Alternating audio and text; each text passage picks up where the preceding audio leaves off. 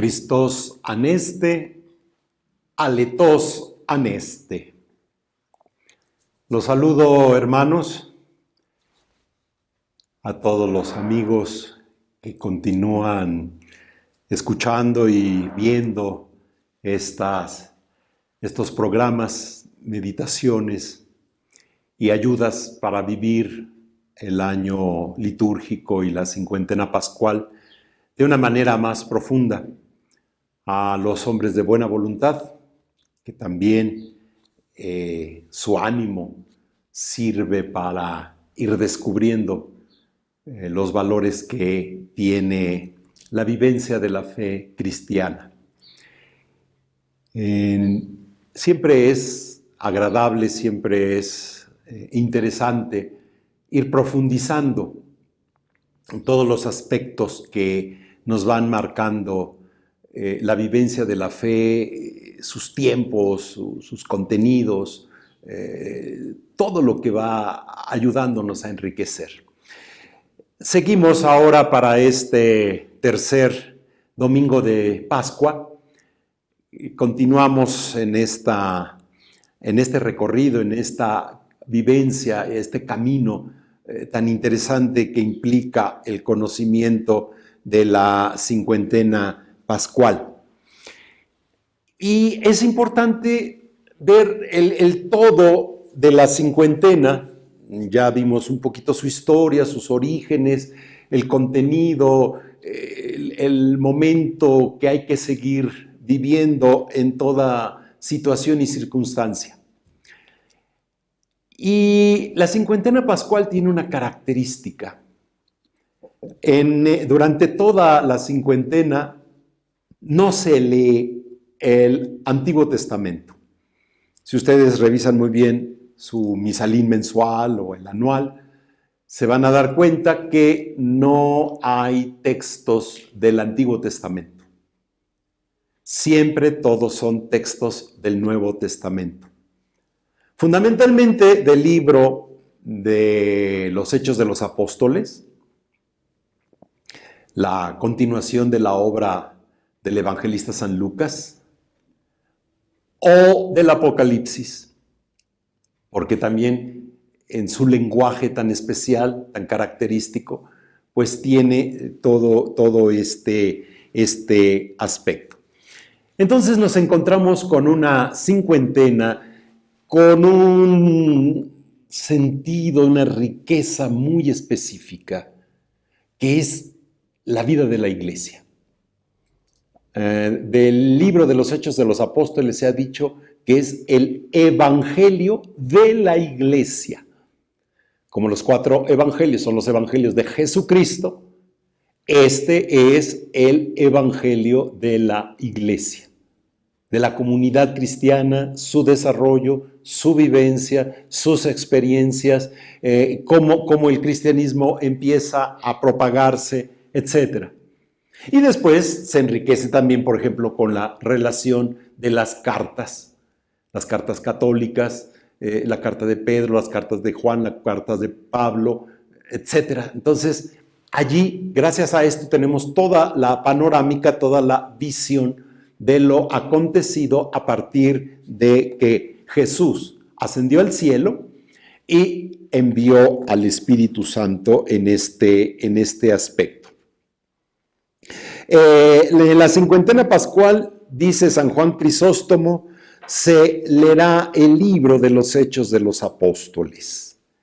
Este obispo de Constantinopla es el que vio, motivó, inició este aspecto. En la antigüedad, poco a poco lo que sucedía en una iglesia local iba influenciándose en las demás. Tardaba tiempo porque no había pues los medios tan rápidos de comunicación, y además no se aceptaba absolutamente todo nada más porque sí, sino que se pensaba, se reflexionaba, la tarea siempre tan importante que tenían los obispos en este aspecto.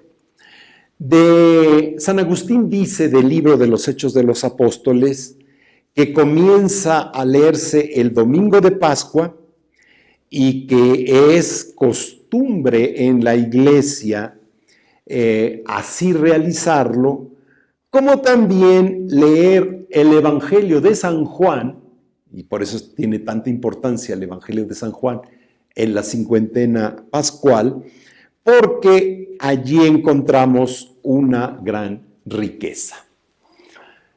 Por lo tanto, esto nos lleva a sacar una conclusión. La manera de celebrar el misterio pascual, que ya hemos hablado en todas las reflexiones anteriores de la Semana Santa del Triduo Pascual, sobre el misterio pascual, nuevamente vuelve a ser el foco de atención. Nuevamente vuelve a ser el aspecto que nos ayude a captar, a entender, pues, toda esta riqueza. El inicio de la vida de la comunidad cristiana, los hechos que ya son cumplidos en el Nuevo Testamento. En el Antiguo se anunciaban, aquí ya se realizan en este sentido. Si nos damos cuenta también, durante estos domingos de la cincuentena pascual, cada ciclo A, ciclo B, ciclo C, nos va a ir acompañando un texto importante. Por ejemplo, en el ciclo A, la primera carta de Pedro. De la primera carta de Pedro tendríamos que decir algo, que es una profunda catequesis bautismal.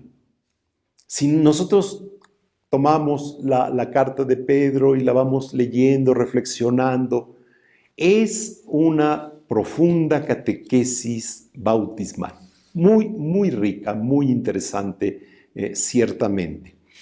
En el ciclo B en el que estamos durante este año, es la primera carta de Juan, que es una carta centrada en una de las experiencias y de los textos más importantes de toda la Sagrada Escritura, Antiguo y Nuevo Testamento. La gran definición de Dios, Deus caritas et. Dios es amor, Dios es caridad. Ese es el núcleo central. Y de allí parte absolutamente todo. Y en el ciclo C es el libro del Apocalipsis el que acompaña a la comunidad cristiana para su reflexión, con todas estas imágenes, con todos estos aspectos ciertamente interesantes, que todos tienen que ser leídos en la perspectiva, en la dimensión ciertamente de la Pascua. No es una novela, no es una historia, no es una nada de eso. El libro de los Hechos de los Apóstoles es para darle fuerza, valentía, vigor a la iglesia perseguida, que va a salir adelante en la persecución, y que esto nos ayuda a sintetizar y a descubrir cómo en el fondo está otra vez implícito el misterio pascual de Cristo. Su muerte, su sepultura y su resurrección. Seguimos siempre en referencia al Viernes Santo, al Sábado Santo, al Domingo de Pascua en este sentido. Además, el complemento de la Ascensión y de Pentecostés.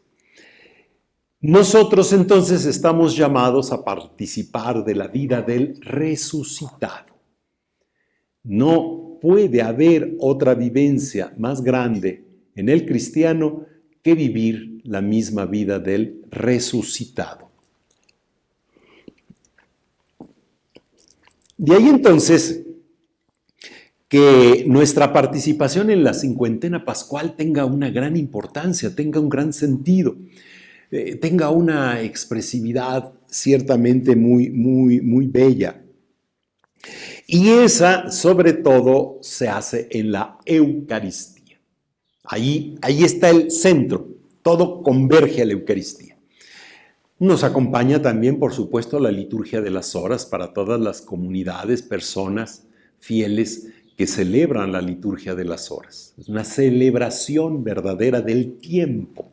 No es un rezo piadoso, no, es una verdadera celebración. Más también los elementos devocionales que en la cincuentena pascual pueden complementarse.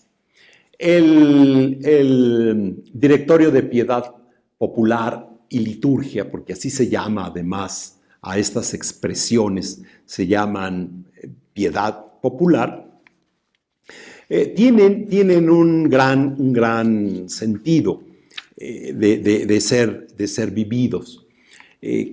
Cómo devocionalmente podemos también enriquecer nuestra cincuentena pascual. Por ejemplo, en muchos lugares, en Italia, en Francia, en algunas partes, se acostumbra la bendición anual de las familias, de la casa, en la cincuentena pascual, porque las casas están adornadas con flores especiales, con un sentido especial para la Pascua, entonces tiene todo este ámbito. La oración del Via Lucis en la cincuentena pascual no se puede hacer el Via Crucis, o sea, es algo ilógico si ya estamos celebrando la resurrección de Cristo. Entonces, las estaciones del Via Lucis son estaciones propias de la cincuentena pascual. La primera es la resurrección de Jesús. Luego, la segunda, los discípulos encuentran el sepulcro vacío. La tercera es Jesús se manifiesta a María Magdalena. La cuarta es Jesús resucitado en camino con los discípulos de Maús. La quinta es Jesús se manifiesta en Emaús al partir el pan. La sexta es Jesús resucitado se aparece a todos sus discípulos. La séptima, Jesús resucitado da a los apóstoles el poder de perdonar los pecados. La octava, Jesús resucitado confirma la fe de Tomás. La novena, Jesús resucitado se aparece a los apóstoles junto al lago de Tiberíades. Es hermoso porque este es el almuerzo junto al lago de Tiberíades. Décimo, Jesús resucitado confiere el primado a Pedro. Onceava estación, Jesús resucitado confía a los apóstoles la misión de predicar el evangelio. La doceava, Jesús asciende al cielo. La treceava, los apóstoles esperan con María el don del Espíritu Santo.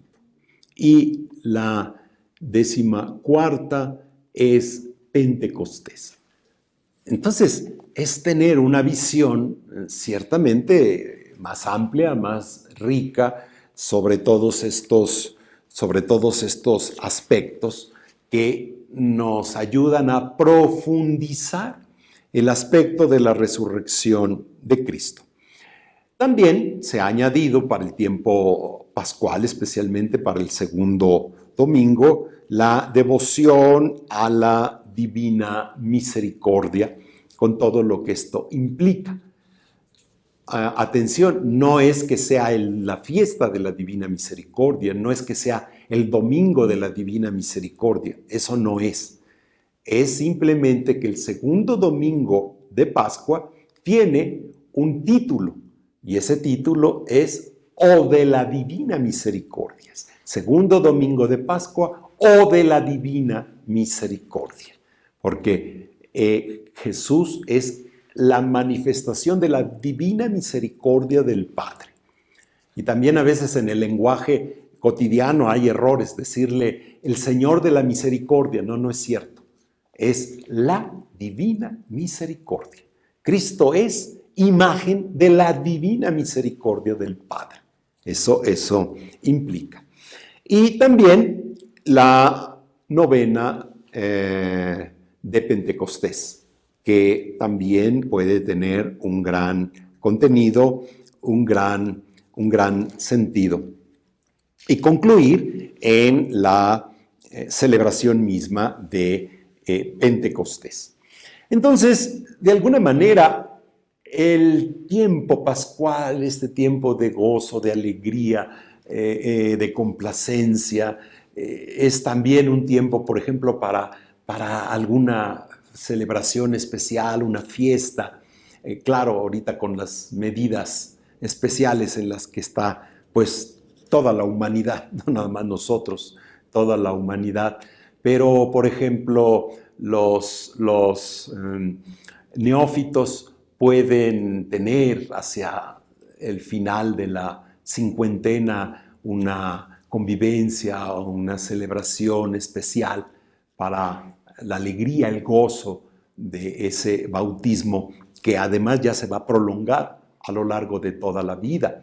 Se aconseja también que los neófitos, los que fueron neófitos en los años anteriores, en las Pascuas anteriores, pues por lo menos una vez al año se reúnan en torno al obispo para realizar una celebración especial, una fiesta, un encuentro, y también cómo camina su vida cristiana, porque a veces nos dejamos ya que cada quien viva como quiera y nos falta el acompañamiento, y eso no es bueno, no es conveniente. Toda la comunidad cristiana tiene que estar constantemente orando por todos aquellos que han recibido la fe en este aspecto. Si nos fijamos también, otro elemento que nos enriquece mucho durante la cincuentena pascual es lo que se llama la eucología. También una palabra rara, pero una palabra interesante. La eucología quiere decir las oraciones. Hay una eucología menor y hay una eucología mayor. Cuando hablamos de la eucología menor, hablamos de las oraciones que aparecen para la celebración de la Eucaristía. Estas son las que nos acompañan. La oración colecta, la oración sobre las ofrendas, la oración después de la comunión, que si nosotros las oramos en el momento de la celebración, pero también las repasamos, releemos, las meditamos como hemos meditado en el tiempo de Cuaresma algunos textos, vamos a descubrir toda la riqueza que allí hay. La eucología mayor se refiere principalmente a los prefacios, que también la Pascua tiene una serie de prefacios muy ricos, muy propios del tiempo, que ahí van apareciendo en los domingos, etcétera, más otros prefacios especiales, el de la Ascensión, el del día de Pentecostés, que van teniendo su expresividad ciertamente importante. Con lo que nos sirve, con lo que podemos hacer, el sentido de estos textos es que son motivos siempre de oración. Nos conducen a la oración, nos llevan a entender ese diálogo constante que podemos tener con Dios en esta vivencia de oración durante la cincuentena pascual y toda la realidad a esperar. El don del Espíritu Santo se manifiesta mucho, por ejemplo, en los 9 días antes de Pentecostés. Todas las oraciones van en torno a la espera del Espíritu Santo, a los dones del Espíritu Santo, a las implicaciones que tiene el Espíritu Santo. La cincuentena pascual nos ayuda a entender que la gloria del resucitado es el germen de la salvación y del gozo. Un gozo profundamente profundo, porque nos ayuda a entender que solamente en esta comunión de gozo con Cristo podemos coparticipar del hecho de la misma resurrección. Podemos coparticipar de esta vida nueva, que a veces no la sentimos, no afecta el todo la vida. Pero cuando vamos tomando conciencia de estos de estos aspectos, de alguna manera somos guiados, somos acompañados. El Espíritu Santo tiene una tarea muy importante durante toda la cincuentena pascual. No hay que pensar que nada más va a actuar el último día, el día 50. No, esa es la culminación. Pero el Espíritu Santo, dado por Cristo desde el mismo día de la resurrección a sus apóstoles y comunicado a nosotros en el bautismo, la confirmación y también en los demás sacramentos, la Eucaristía, el perdón de los pecados, como ya lo vimos en la Cuaresma, la unción de los enfermos, en los sacramentos de este estilo de vida y estado de vida, como es el sacramento del orden o el sacramento del matrimonio, o sacramentales que dan también un sentido de vida, como puede ser la vida religiosa, como puede ser la consagración de vírgenes, como puede ser otra forma de vida, los ministerios de lector, de acólito instituido, etcétera. Todos estos se realizan, se hacen por la acción del Espíritu Santo. O sea, en el fondo es el Espíritu de Dios, el Espíritu Santo, el que está siempre motivándonos, llevándonos, auxiliándonos, pues, en este aspecto. Por eso le llamamos el Paráclito, otra palabra griega, pero es importante siempre entenderlas y descubrirlas que hay. El asistente, el abogado, el que está junto, el que se preocupa, el que guía, el que acompaña, etcétera, es el Paráclito. Un poco como también en la literatura griega hacía las veces el pedagogo. El pedagogo era el esclavo que estaba en la casa, tomaba al niño de la mano, lo conducía a la escuela, lo llevaba a la escuela, era el pedagogo, por eso es el que conduce, y lo entregaba al maestro. Entonces, y el maestro ya se encargaba de las lecciones y de lo que tenía que aprender. El pedagogo nuevamente lo volvía a tomar de la mano, lo regresaba a la casa. Entonces, esa es la acción del Espíritu Santo. El Espíritu Santo nos toma de la mano y nos va guiando, nos va acompañando, va haciendo que todas estas acciones sean manifiestas en nosotros. Por eso, en Pentecostés vamos a ver todos los simbolismos del Espíritu Santo que nos lleva a esta experiencia. El Espíritu Santo es el espíritu de la libertad. Donde hay espíritu, hay libertad. Por eso dice San Pablo, no hemos recibido un espíritu de esclavitud. No somos esclavos de nadie. Somos libres y para eso Cristo ha muerto, para que seamos libres. La acción del Espíritu Santo, por eso, es la acción por la cual se perdonan los pecados, como Jesús lo dice a los discípulos, a los que les perdonen los pecados, les quedarán perdonados. Por lo tanto, es el que purifica el corazón. ¿Cuánto necesitamos siempre de que el Espíritu Santo purifique nuestro corazón, nuestras acciones, nuestros pensamientos, nuestras miradas, nuestro todo? ¿Para qué? Para que realmente actuemos y seamos hijos de Dios, lo que dice San Juan. No es que nos digamos hijos de Dios, es que lo somos. ¿Y por qué lo somos? Tenemos que actuar de esa manera. El hijo de una familia tiene que actuar como hijo de esa familia. Si no es ilógico, no forma parte de esos miembros.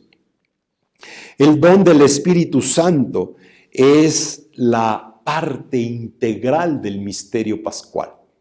Entonces, si nosotros vamos viviendo, vamos experimentando esta realidad del misterio, que no es más que la develación de lo que Dios quería para el ser humano, manifestado a través de la muerte, descanso y resurrección de su Hijo, entonces con eso podemos captar, podemos entender de una manera muy clara, muy específica, todo lo que puede ser la riqueza del Espíritu de Dios para nosotros y las dimensiones que esto tiene. La vida del cristiano no puede estar lejos del misterio pascual. A veces nos hemos perdido entre muchos aspectos secundarios de la vida cristiana. Y el núcleo central, la expresión más importante, el sentido de nuestra fe, que es el misterio pascual, no lo tenemos muy en cuenta, lo olvidamos, lo dejamos, etc. Celebrar la Eucaristía es celebrar el misterio pascual de Cristo. Proclamamos su muerte, proclamamos tu resurrección, ven, Señor. Entonces ahí está toda la gran síntesis, toda la gran realización de la riqueza del misterio pascual. Cuando Jesús entonces también entrega el Espíritu a los apóstoles y les da una misión, como el Padre me envía, así los envío yo, no los envía sin ningún instrumento del que puedan valerse. Les entrega los dones del Espíritu Santo, les da los dones del Espíritu Santo para poder acoger la voluntad del Padre, el amor del Padre, el proyecto del Padre realizado en la persona. Por eso los contenidos de la Pascua van teniendo todos estos aspectos. El Espíritu Santo nos hace templos, santuario, lugar privilegiado de su presencia. La Sagrada Escritura dice, Dios no habita en casas hechas por hombres. Cuando Salomón quería hacer el templo de Jerusalén, le dijo Dios, no, tú no me vas a hacer un templo, yo te voy a hacer. Yo soy el que te voy a hacer un templo. Y en miras de Cristo Jesús, el nuevo templo, que ya vimos también en la Cuaresma, este aspecto. Cuando a una iglesia decimos es la casa de Dios y todo eso, eso es mentira, esa no es una realidad. Es la casa de la comunidad cristiana que ahí se reúne y por eso merece respeto y por eso es un lugar sagrado, porque nos reunimos a realizar acciones sagradas. Pero Dios no habita en casas hechas por hombres. Y nosotros los cristianos no tenemos templos porque ese es un concepto pagano.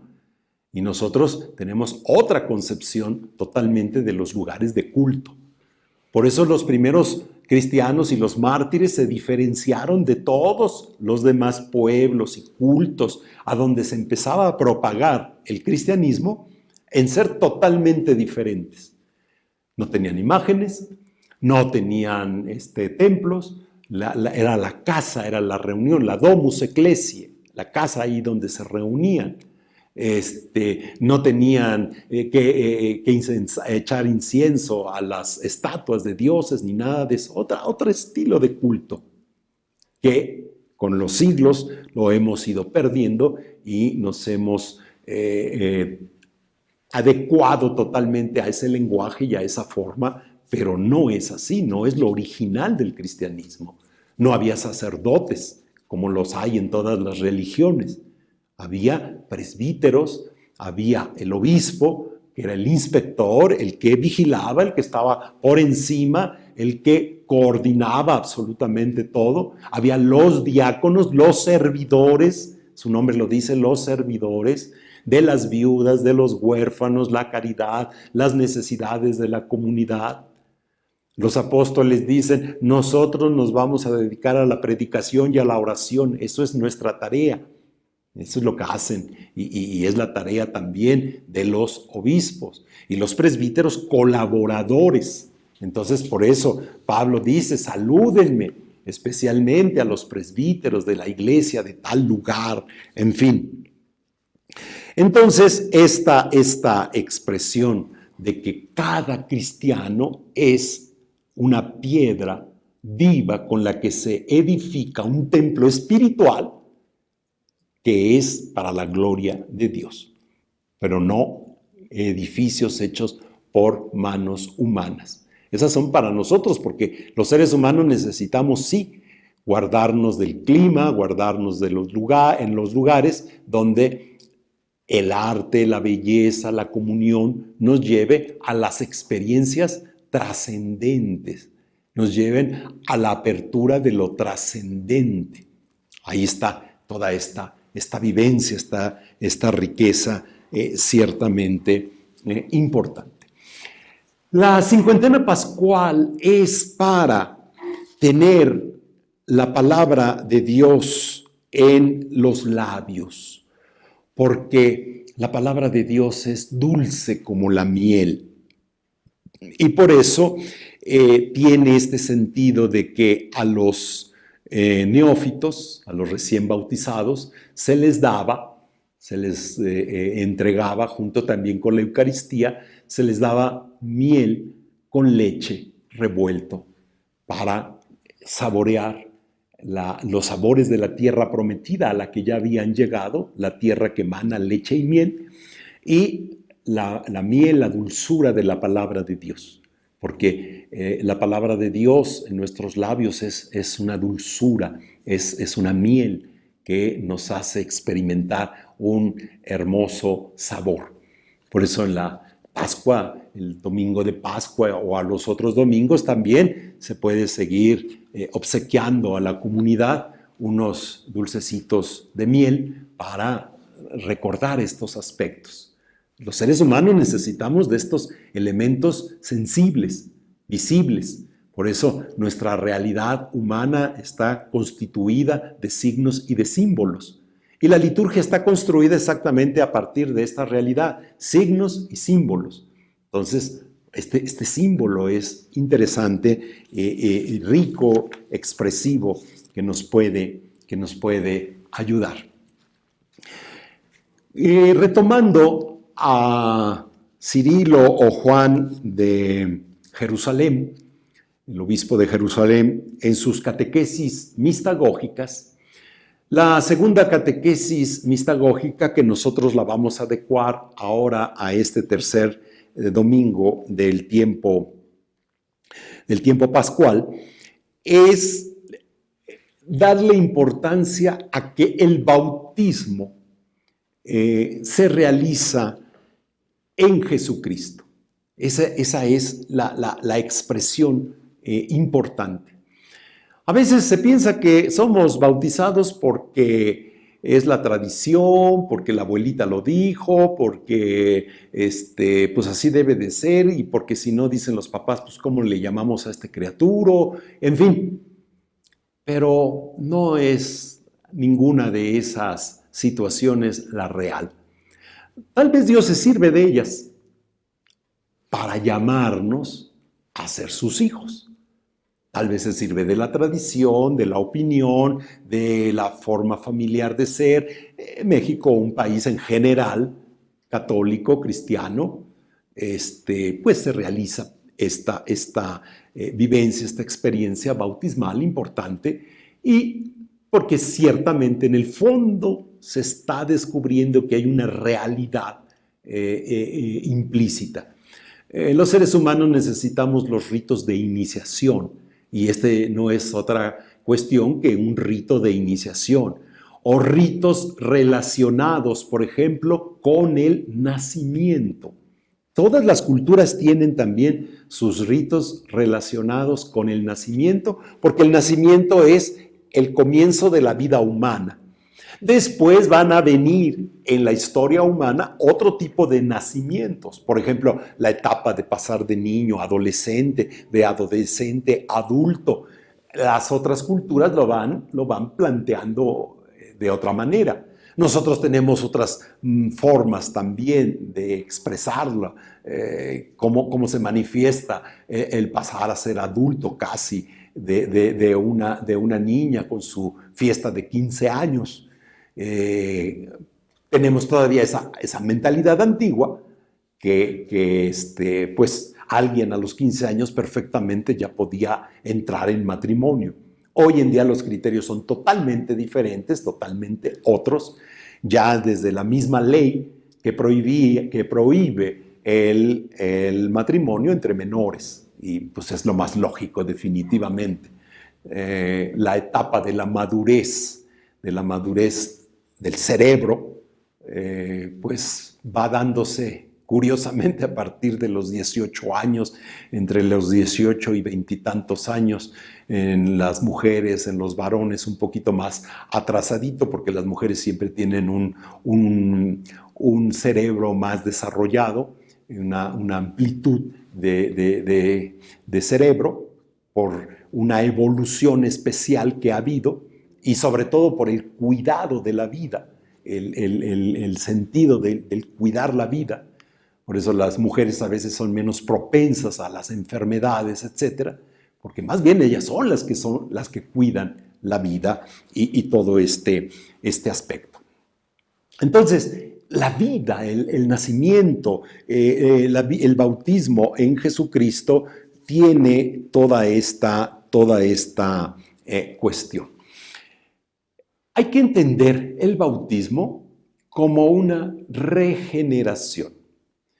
Y cuando se habla de una regeneración, es ciertamente despojarse del hombre viejo para entrar al hombre nuevo. San Pablo varias veces habla de estos temas, de estos aspectos. Ha sido tan importante esta manifestación, este sentido, que por ejemplo, cuando se es electo, un catecúmeno electo al bautismo, va con una vestidura. Ordinariamente ahora se piensa que es morado, este color que es así como un color que no es festivo ni nada de eso. Y se despoja antes de ingresar a la pileta bautismal, porque en la antigüedad el bautismo era por inmersión. Se despoja, es bautizado, sale regenerado y es revestido con esa vestidura nueva, blanca, limpia, de la que ya hablamos también en el domingo anterior. Entonces, lo que externamente se quiere manifestar, internamente tiene que suceder también esta vivencia de la regeneración. Dejar al hombre viejo para resucitar al hombre nuevo. Este siempre es el motivo de toda la celebración de la cincuentena pascual y de todo el año litúrgico en general. Y así el hombre viejo que se destruye, que se deja, que se aniquila, pasa a una situación nueva. Otro aspecto que plantea estas catequesis mistagógicas y que nosotros tenemos que descubrir su valor es la unción con el óleo. Los obispos de Jerusalén o este obispo de Jerusalén le llama exorcizado. Ahora nosotros le llamamos aceite bendecido, que es el aceite que el Jueves Santo el obispo en su catedral bendice, el de los catecúmenos y para la unción de los enfermos. El Santo Crisma es consagrado, o sea, tiene una forma especial de ello, de lo cual también ya les he hablado en otra ocasión. Propiamente, la catequesis se está refiriendo al óleo del crisma, porque además es perfumado y cuando se echa por la cabeza, como dice el Salmo, baja y llega hasta la túnica, hasta el borde de la túnica de Aarón, entonces tiene un gran simbolismo porque huele bien y es el buen olor de los cristianos. Allí donde está presente un cristiano, allí tiene que haber un buen olor. Debe de manifestarse su buen olor. No basta con la loción de todos los días. Es necesario también las obras que implican ese buen olor, esa buena expresión, ciertamente. Por eso, también eran ungidas ciertamente las extremidades. Ahora tenemos un poquito un sentido de que son muy pobres las unciones, pero eran ungidas algunas extremidades del cuerpo, las manos, los pies, para dónde vamos a caminar, hacia dónde vamos, el pecho, la espalda, el pecho, porque el pecho siempre ha simbolizado cuando vamos hacia adelante, el emprendimiento, la espalda, lo que dejamos atrás y que es parte de nuestra historia. Siempre nuestro cuerpo, la referencia humana en toda antropología, ha tenido estos aspectos de simbolismo tan importantes. Por eso hasta cuando se quiere poner que hay que seguir un caminito, pues se ponen las huellas. Ahí están las huellas. Cuando va cruzando uno el camino de Santiago, en España, por de las varias rutas que tiene el camino, para que no se pierda uno, van dejando huellas, o sobre todo en las ciudades, porque en las ciudades de tantas calles, etcétera, se puede uno perder, entonces van apareciendo las huellas para realizar este camino ciertamente importante. El óleo, entonces, es el que ahuyenta toda la adversidad. Entonces, si nosotros somos neófitos en esta cincuentena pascual, nuevamente tenemos que retomar esta idea. Ya fuimos, hace muchos años, fuimos ungidos, pero renovamos con las palabras que dijimos la noche de la Pascua, con el agua bendecida, el agua bautismal o lustral que se colocó sobre nuestra cabeza, que tenemos ganas de vivir en este aspecto, en esta nueva vida, en esta nueva forma. Y dice la catequesis bautismal que el agua siempre es salvífica, porque es tumba, pero al mismo tiempo es madre. Es tumba porque se sumerge a la persona, pero es madre porque los antiguos padres de la Iglesia a esa fuente bautismal, no son como las tenemos ahora esas fuentes, eran verdaderas piscinas, o por ejemplo ir a Tierra Santa y en Tierra Santa ver los antiguos bautisterios, por ejemplo en Caná de Galilea, donde fue el recuerdo de las bodas de Caná. Allí hay una iglesia y debajo de esa iglesia se encontró un antiguo bautisterio. Entonces, que es como una pileta, porque se ve que ahí se hacían los bautismos y se regeneraba. Por eso los padres de la iglesia dicen, el bautisterio es como el útero de la madre iglesia, donde constantemente se está dando a luz a nuevos hijos. Allí se genera la nueva vida, porque no hay un elemento más significativo que genere vida que el agua. Allí donde hay agua, hay vida. Por eso andan buscando ahora agua en Marte y en la Luna otra vez y todo aquello, a ver si hay agua por ahí. Entonces, si no hay agua, no puede haber la vida. El otro simbolismo del agua, entonces el agua de la muerte, el agua de la sepultura, el agua del diluvio, que destruye, pero después para construir una realidad totalmente nueva, llegar a una vida nueva. En Romanos 6:4, este texto de Romanos 6:4 es muy interesante porque manifiesta este aspecto. Aquí está guardado, aquí está escondido esta gran riqueza. Por el bautismo fuimos sepultados con Él, con Cristo, en la muerte, para que así como Cristo resucitó de la muerte por la acción gloriosa del Padre, así también nosotros llevemos una vida nueva. ¿Qué es la cincuentena pascual sino una opción para nosotros de vida nueva? Queremos realmente construir, vivir, experimentar este sentido de la vida nueva. El Evangelio del tercer domingo de Pascua es muy interesante. Está tomado del Evangelio de Lucas, capítulo 24, versos del 35 al 48.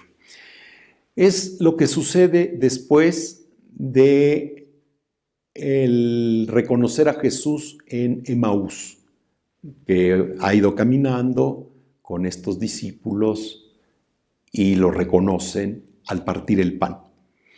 Ese texto del Evangelio, que es una de las catequesis más hermosas que puede haber en la Sagrada Escritura, se lee ordinariamente el domingo de Pascua por la tarde, en las misas de la tarde, porque coincide la idea de que es el atardecer y Jesús resucitado se pone a caminar con estos dos discípulos que van a la aldea de Emaús.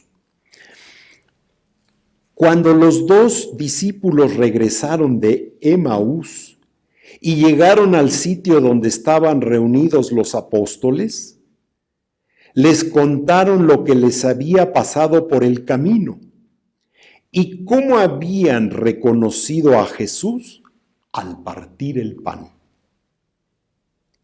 Mientras hablaban de esto, se presentó Jesús en medio de ellos y les dijo: la paz con ustedes. Ellos, desconcertados, se llenaron de temor. Creían ver a un fantasma, pero él les dijo: no teman, soy yo.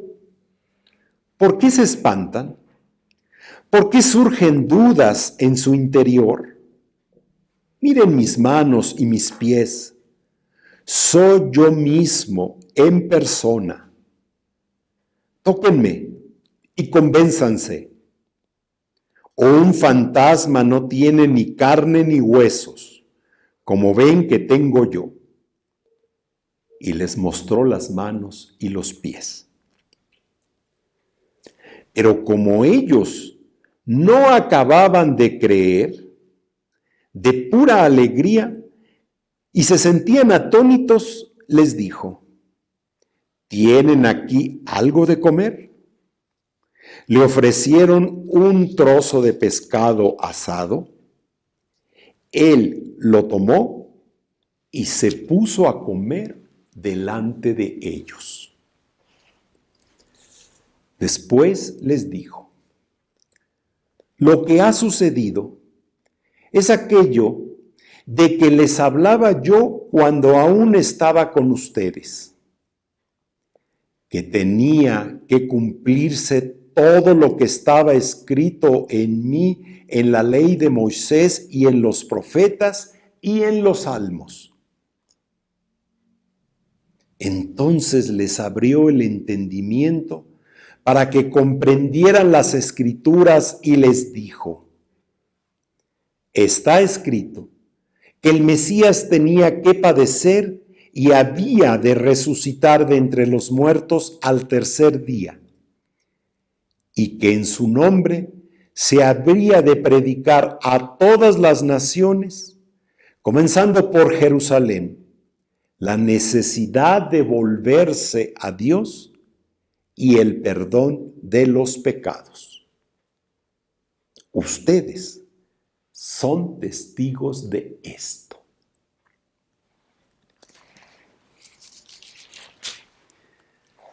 Muy interesante este texto de Lucas, que además es la única aparición al grupo de los 12 que él va a narrar.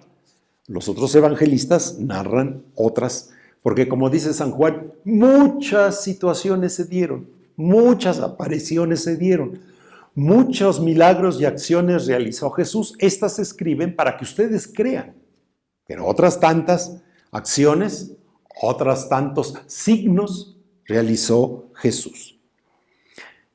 El acontecimiento de la Pascua entonces sigue presente. Jesús se presenta ahora con los discípulos y quiere hacer una asamblea de estos discípulos, una asamblea litúrgica.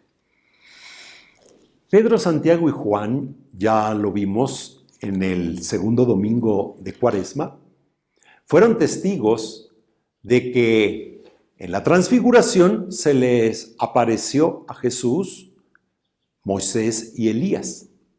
Y por eso Jesús hace referencia otra vez a Moisés y Elías, como en él se tenía que cumplir todo esto que se había dicho. Lo que habían dicho los profetas, lo que había dicho la ley sobre Jesús.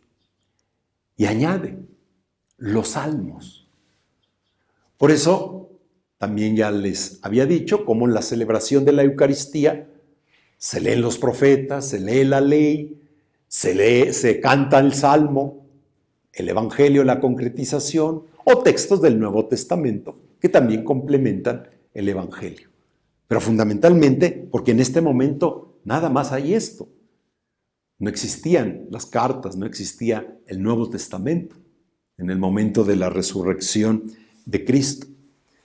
Entonces, la Iglesia comprende, entiende que tiene que reunirse domingo a domingo para experimentar la presencia del resucitado, para reconocerlo. Yo siempre me he preguntado, ¿por qué los discípulos de Maús lo reconocen al partir el pan, en la fracción del pan? Seguramente porque al ser discípulos y estar cerca de Jesús, Jesús tenía una manera muy única, muy especial, muy de él para realizar esa acción. Definitivamente. Así lo hacía de alguna manera, no sabemos cómo, pero esa era la forma en la que se dice, este es, no hay otra manera de hacerlo. Así lo hacía Jesús siempre. Entonces lo realiza. Las acciones de Jesús por eso siempre son tan importantes. Partir el pan, romper el pan. Por eso es tan importante en la celebración de la Eucaristía, en el momento de la fracción del pan. Cuando se está invocando, se está cantando al Cordero, Cordero de Dios, que quitas el pecado del mundo. Y mientras se está rompiendo ese pan, se está haciendo el gesto mismo que hizo Jesús y se está cantando una letanía, un texto litánico que manifiesta, que expresa quién es ese cordero roto, degollado, que se entrega, pero que vive profundamente. Entonces, con esta presencia, Jesús confirma a los discípulos y se instituye la asamblea dominical de la celebración misma de su presencia, que no va a ser otra cosa más que la Eucaristía. Pero ya se los había dicho desde el jueves anterior, hagan esto en conmemoración mía. Hagan esto en memoria de mí. Sería la mejor traducción, nada más que no se oye así como muy bien en castellano. Pero hagan esto en memoria de mí, de mi persona, de lo que yo quiero que hagan, que realicen. Los discípulos dudan, tienen temor, están en esta situación todavía que no saben descubrir.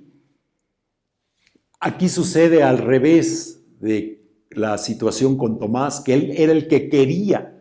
Y aquí Jesús les dice, a ver, vean mis manos, vean los pies, les muestra los pies, les muestra las manos.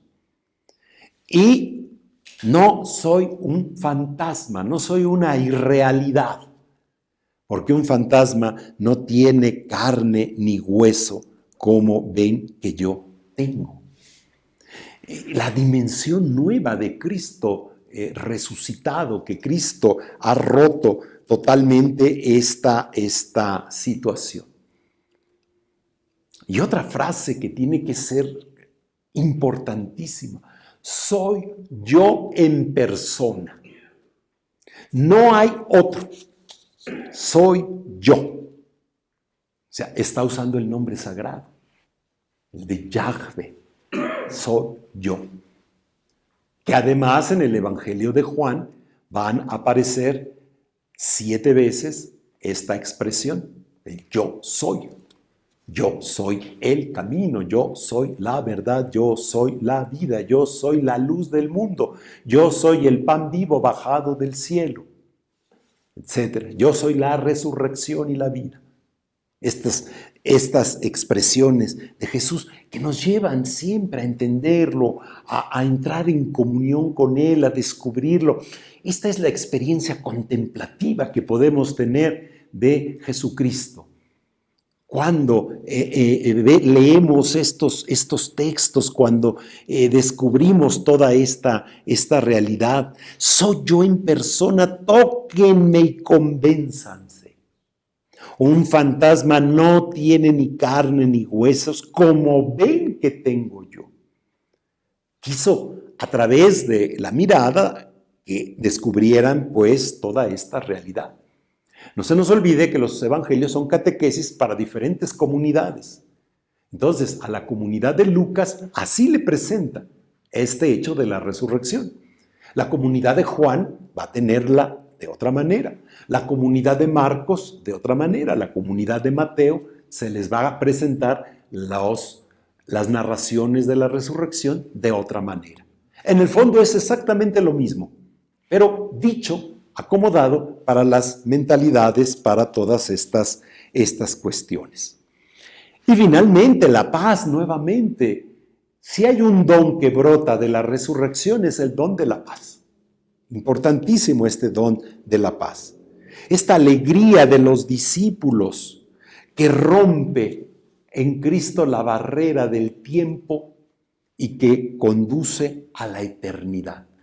Aquí se está haciendo relación a la eternidad de Cristo. Un parangón entre la muerte y la nueva vida. Y la nueva vida que ya adquiere también los discípulos y que nosotros no estamos por primera vez celebrando la Pascua de Cristo, sino que la vamos profundizando, como cada cincuentena debe de ser, profundizando sobre todo nuestra experiencia bautismal. Y a partir de esa experiencia bautismal, todo lo que implica con nosotros. En el presente, en el hoy, en el aquí, Jesús sigue trayendo la paz. Jesús resucitado nuevamente trae la paz. Se presenta en medio de ellos. O sea, allí está, en medio. Donde 2 o más estén reunidos en mi nombre, ahí estoy yo en medio de ellos. Y les dijo, paz a ustedes. Ellos estaban desconcertados y llenos de temor. Y la respuesta de Jesús, que es una respuesta que siempre tenemos que tener en cuenta nosotros. No teman, no teman. No se llenen de temor, soy yo quien ha estado con ustedes. Si algo debe de tener un cristiano, que ciertamente a veces es difícil, es problemático, es no tener temor. En el Evangelio de Lucas, a todos los personajes siempre se les indica lo mismo. A Zacarías, el papá de Juan el Bautista, no temas. A María, no temas, María. has hallado gracia delante de Dios, vas a concebir, etc. A los pastores, no teman, les traigo una buena noticia. A los discípulos, no teman. En muchas curaciones, no teman. Entonces, esto tiene que ser algo propio del cristiano. Y la cincuentena pascual nos tiene que ayudar para otra vez volver a poner en paz toda nuestra perspectiva. No nos llenemos de temor. Afuera, superar todo miedo, todo temor. Por eso, la alegría pascual, estos 50 días vividos como una sola alegría, nos ayuda a crecer en la meta de la bienaventuranza. No es una alegría nada más externa, así de nada más superficial. No, una alegría con contenidos que al final nos lleva a la coparticipación de la bienaventuranza. El Evangelio de Lucas también tiene unas bienaventuranzas. Son un poco diferentes a las del Evangelio de San Mateo. Nada más son 4. Hay 4 bienaventuranzas, pero hay 4 malaventuranzas para los que están en una situación negativa. Si estamos en incapacidad de reconocer al resucitado, entonces vayamos nuevamente a lo que sucedió, que les hablaba cuando estaba con ustedes, que se debía cumplir lo escrito en la ley de Moisés, en los profetas y en los salmos. Y cuando les dice esto, sucede algo maravilloso. Entonces les abrió el entendimiento para que comprendieran las Escrituras. Les abrió el entendimiento. ¿Qué sucede en el cristiano en la cincuentena pascual? Jesús nos abre el entendimiento para vivir la experiencia de la Pascua. Vivir unidos a Él, descubrir cómo todo viene a concentrarse en Cristo, todo viene a tener sentido en Cristo. Todo fue hecho por Él y para Él, dice San Pablo. Y allí está, Él es el principio de todo. Él es el principio de la creación nueva. Y nosotros unidos en acto de fe siempre al Señor Jesús. Este texto del Evangelio es realmente importante. Y después convertirse en testigos. Ustedes, mis apóstoles, son testigos de esto. Y por eso después, el siguiente momento será cuando los envíe a predicar el Evangelio. Pero eso nosotros lo vamos a ver hasta el día de la ascensión. Los despido de esta meditación, de este tercer domingo del tiempo pascual. Christos aneste, aletos aneste.